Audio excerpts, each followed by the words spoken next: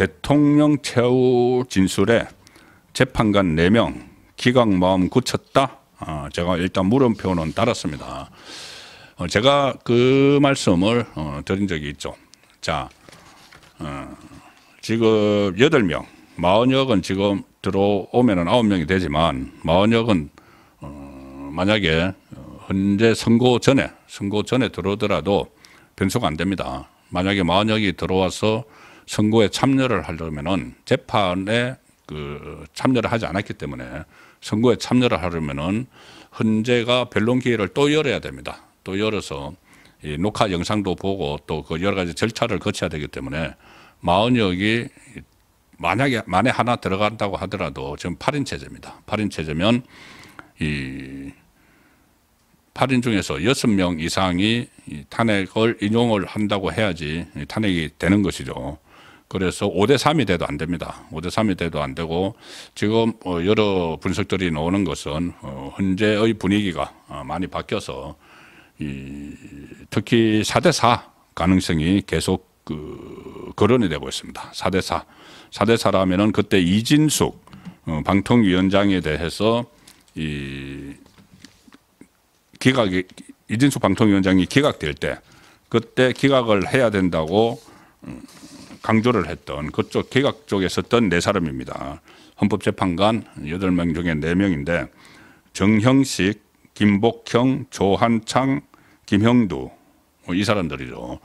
이 사람들이 이진숙 방통위원장을 기각해야 된다고 해서 결국 기각을 4대4로 시켰습니다. 인용이 되려면 6명이 있어야 되니까. 그리고 그 이후에 들리는 이야기로는 모든 이 평의에서 지금 4대4로 갈리는데 4대4로 갈리니까 일방적으로 지금 못하고 있다. 문형배 그리고 이미선 이쪽에 좌파 쪽에서 일방적으로 못하고 있다는 말씀을 드린 적이 있습니다. 그런데 그래서 이 4사람 최소 3사람이나 4사람이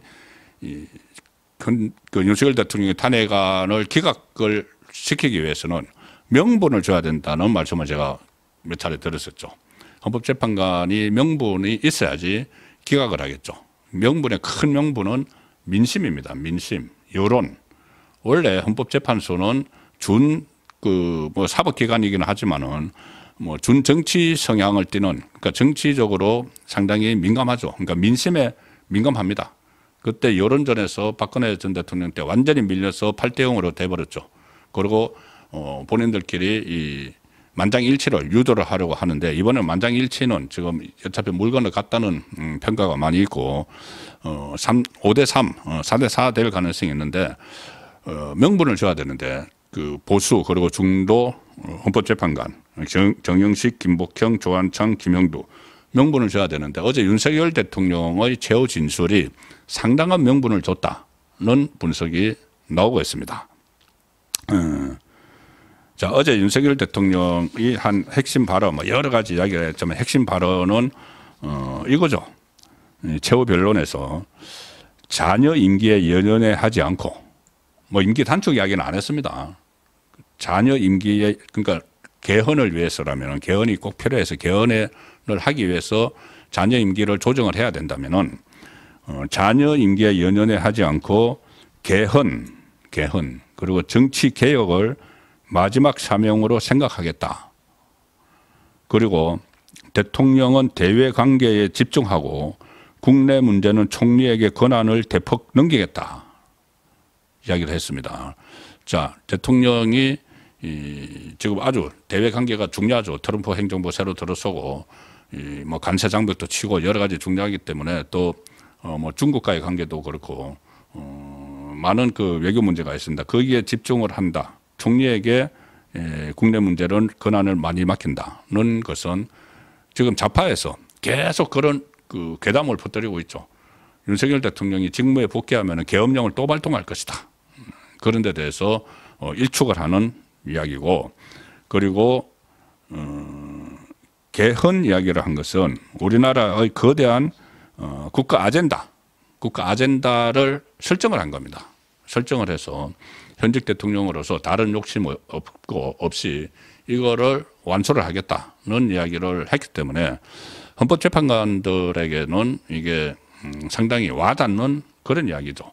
물론 어제 왜 계엄을 하게 됐는지 그 간첩단 사건 이야기까지 하면서 상당히 이 PPT 띄워놓고 변호인단도 그렇고 윤석열 대통령도 변호인단은 PPT 띄워놓고 설명을 했고 윤석열 대통령도 그 69분 동안 하면서 그 부분에 엄청난 비중을 뒀죠. 왜 이 국정마비 사태까지 왔다고 생각을 했는지, 그리고 국헌문란을 그들이 소위 말하는 반국가 세력 쪽에서 국헌문란을 했는지 그 상세한 자료를 가지고 다 설명을 했습니다. 그런 것들이 헌법재판관에게 명분이 되는 것이죠. 기각을 할 수 있는 명분을 제공을 했다는 측면이 있고, 그리고 헌법재판관들도 다 지켜봤죠. 헌재 심리 과정에서 문형배의 일방적인 독주로 이렇게 헌재를 이끌어가는 그런 모습도 다 지켜봤죠. 또 홍장원의 진술이 완전히 흔들리는 가짜 메모, 그리고 공작성이 짙은 메모, 각종건의 회유, 그 박범계 등에 의해서 회유, 이런 것들도 다 기각을 할 수 있는 명분이 되는 것인데, 특히 윤석열 대통령의 어제 국가 아젠다를 제시한 것은 헌법재판관들에게 상당한 명분이 됩니다. 이것이 무슨 뭐 위헌 여부를 따지는데 그게 어떻게 변수가 되느냐, 이렇게 또 좌파 쪽에서는 이야기를 하지만 실제로 헌법재판소는 그렇지 않습니다. 전체적인 이 국가 아젠다를 제시를 하면은 거기에 대해서 명분을 가지고 직무 복귀 시에 이 국정 혼란을 이제 최소화하고 이 지금까지 하지 못했던 이 헌법기관이니까는 우리 헌법이 얼마나 구시대적인 걸 다 알고 있죠. 헌법재판관들도 87체제, 어제 윤석열 대통령도 87체제 이야기 계속했지 않습니까? 87년에 만들어진 헌법은 우리 몸에 맞지 않으니까는 그것을 이제 새로 고치겠다고 하는 것은 헌법을 수호를 하는, 헌법의 가치를 지키는 헌법재판관들에게도 확 와닿는 이야기죠. 그래서 그런 명분을 준 측면이 있습니다. 그래서 특히 임기 단축을 사실상 시사하는, 임기 단축이라는 용어를 안 썼습니다.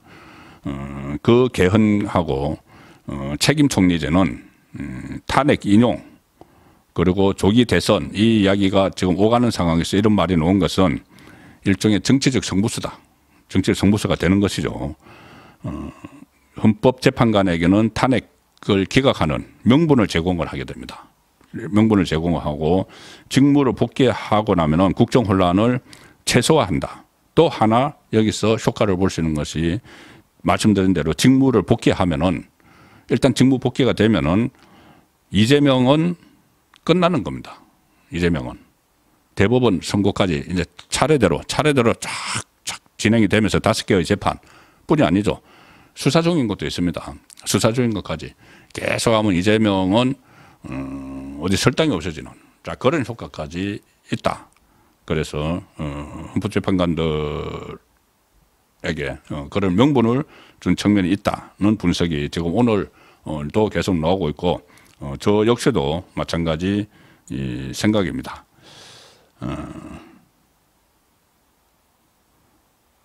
법조계의 한 인사는 언론에 이런 이야기를 했습니다. 탄핵 심판을 하는 과정에서 헌법재판관은 여론에 강한 영향을 받을 수밖에 없다. 특히 보수청에게 일부 보수청은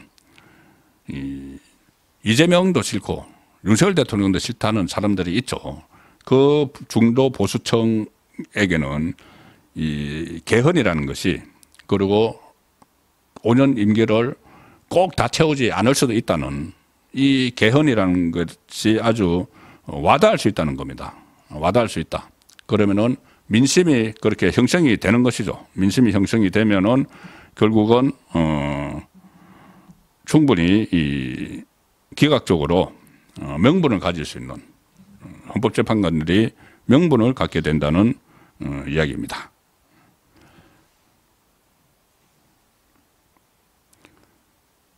아직 그 이재명 선고 날짜는 뜨지 않고 있습니다. 자, 어쨌든 이렇게 해서 윤석열 대통령이 개헌 이야기를 꺼내면서 결과적으로 이제 기각 헌법재판소에서 기각의 키를 쥐고 있는 연세를 쥐고 있는 헌법재판관들 그 중에서 4명 이진숙 심리에서 기각 쪽에 손을 들었던 정형식, 김복형, 조한창, 김영도의 결심에 상당한 영향을 미칠 수 있다. 미쳤을 것이다는 분석입니다. 그리고 지금부터 여론이 또 형성이 되죠. 어제 윤석열 대통령이 최후 진술에서 했던 왜 계엄이 필요했었느냐 여기에 대해서 호응을 하는 분위기가 상당히 높습니다. 아마 여론조사가 내일 정도면 발표가 될 겁니다. 윤석열 대통령의 최후 진술에 대한 민심이 어떤지 긍정적으로 평가를 하는지. 근데 어쨌든 어제 보면은 69분 또 그 앞에 변호인단의 이 마지막 변론에서도 상당히 의미 있는 내용들이 많이 나왔기 때문에 지금부터 다음 선거까지 새로운 민심이 형성이 되는 그런 상황도 예상을 할 수가 있습니다.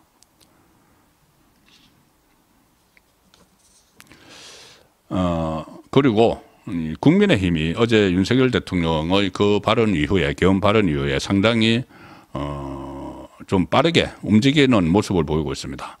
국민의힘이 당 차원 개헌 특위를 당장 내일 발족을 합니다.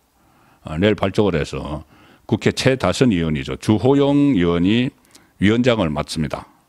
그래서 특위에서 자체 개헌안을 마련을 해서 개헌 논의에 그 불을 이제 붙이게 되는 이게 어제 윤석열 대통령의 발언을 신호탄으로 개헌 이슈가 급격하게 등장을 합니다.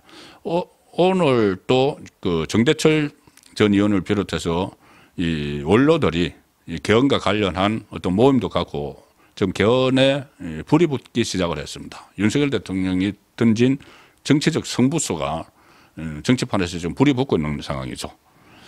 그리고 이 개헌 카드는 이재명을 고립시킵니다. 왜 그러냐 하면 지금 모두들 87 체제의 헌법을 바꿔야 된다. 4년 대통령 4년 연임 중임제를 해야 된다. 이런 의견이 대다수고 또 여러 가지 변화된 사회의 욕구를 충족시키기 위해서는 헌법을 개정을 해야 되고 헌법 강령도 많이 이제 바꿔야 되는 그런 상황인데 전부 다 주장을 하고 있습니다. 정치인들은 민주당에서도 뭐 김부겸이나 김부겸 총리나 뭐 다 개헌을 이야기를 하고 있죠. 개헌. 그런데 유독 이재명만 개헌하면은 알레르기 반응을 보입니다. 알레르기 반응. 왜 그러냐면은 자기는 조기 대선이 돼서 집권을 하고 싶어 하죠. 집권을 하고 싶어 하는데 그 이슈가 개헌 이슈로 지금 조기 대선 자기는 이야기하고 있는데 개헌 이슈가 불거지는 것을 원하지 않죠. 원하지 않기 때문에 이재명을 제외하고는 전부 다 개헌에 찬성을 하는 상황입니다. 유력 정치인들 중에서. 그러면 이것은 이재명을 고립시키는 그런 요인도 되는 것이죠.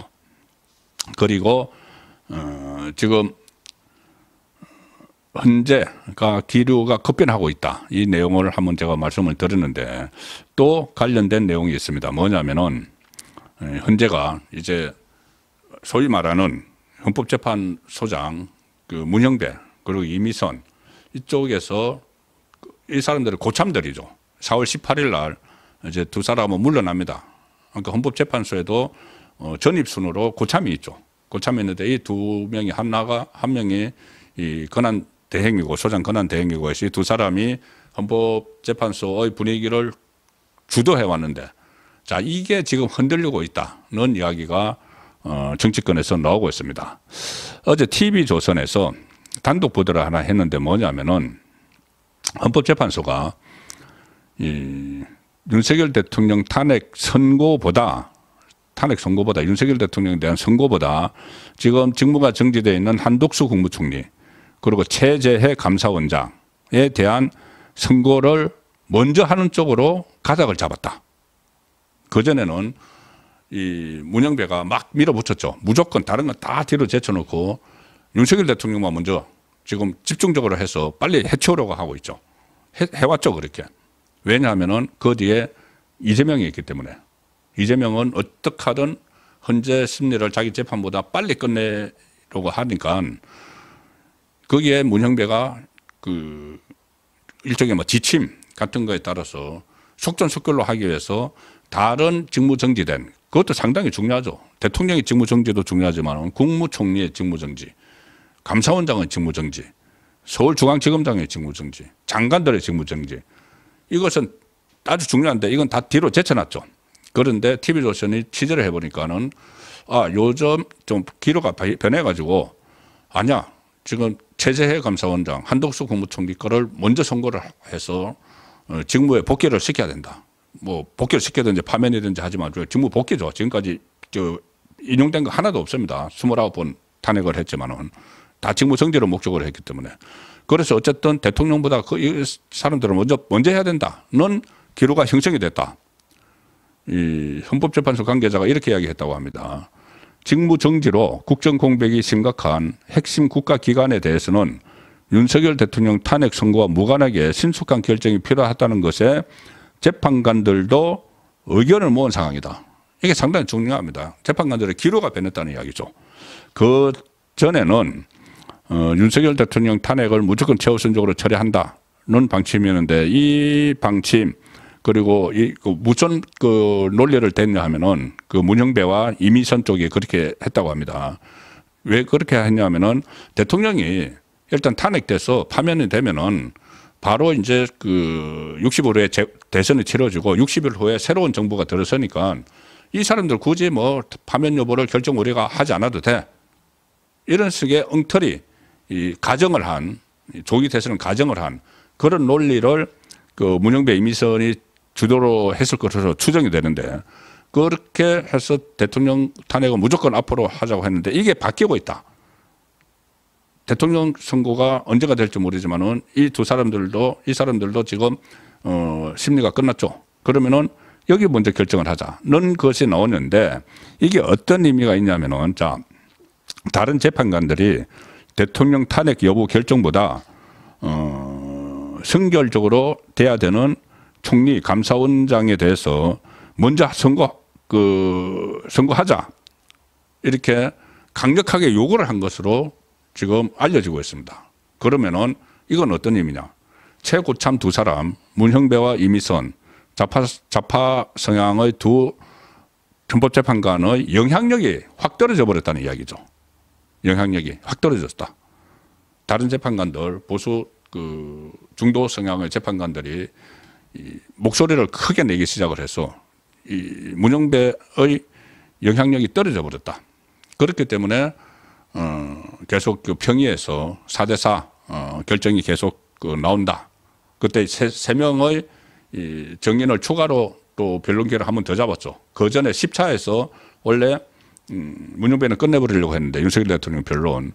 그 다음에 3명이 더 그 윤석열 대통령 측에서 요구한 3명이 채택이 됐죠. 아주 중요한 3명. 한덕수, 그때 홍장원, 조지호. 그 과정에서도 원래 문형배 이미선은 안 하려고 했는데 이 보수 중도 성향의 재판관들이 강력하게 항의를 해서 관철이 됐다. 그때도 4대4였다. 자, 그러면은 이 4대4가 계속 그 유지가 되고 혹시 5대3이 되더라도 기각이 되는 거는 마찬가지입니다. 그래서 이렇게 변한 이 현재의 분위기가 저도 어제도 전해드렸지만은 하루하루 눈에 띌 정도로 상당히 이 헌법재판소의 동향이 좀 바뀌고 있다.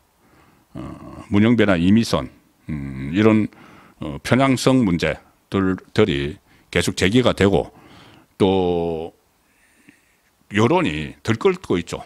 3.1절에 이번 주 토요일이죠. 3.1절에 상당히 그 많은 윤석열 대통령 지지자들이 서울에 다 모입니다.